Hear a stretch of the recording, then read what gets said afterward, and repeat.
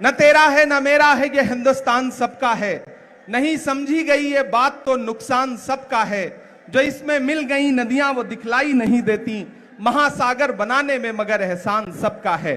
बेल्लारी और उसके आसपास कि मौजूद लाखों की आवाम यहां पर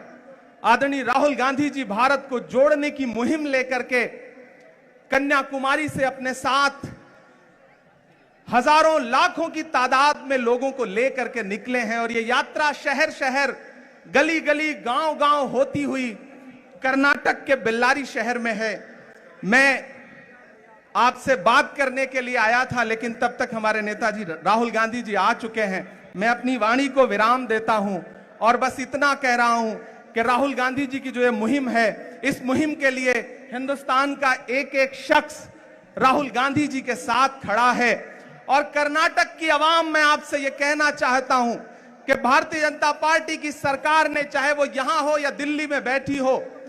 पिछले कुछ सालों में इस देश को महंगाई और नफरत के अलावा कुछ भी नहीं दिया है। जब भी आप उनसे सवाल करते हैं कि पेट्रोल और डीजल जो 60 रुपए का था वो 100 रुपए का क्यों हो गया, तब वो आपसे कहते हैं कि हिंदू मुसलमान के झगड़े में उलझ जाओ। जब आप सवाल करते हैं कि 400 रुपए का गैस सिलेंडर 1000 के पार क्यों हो गया, तब वो आपसे कहते हैं कि नहीं, हिंदू मुसलमान पर बहस करो। जब आप उनसे पूछते हैं कि हंगर इंडेक्स में भारत 107वें नंबर पे कैसे आ गया, तब वो कहते हैं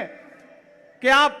हिंदू मुसलमान में उलझ जाओ। इस तमाम जाल को तोड़ने के लिए, इस तमाम साजिश को तोड़ने के लिए राहुल गांधी जी निकले हैं और हम पूरे हिंदुस्तान की आवाम की तरफ से राहुल जी को सलाम करते हैं, राहुल जी की शख्सियत को सलाम करते हैं। जो बीड़ा उन्होंने उठाया है, मैं उस दिन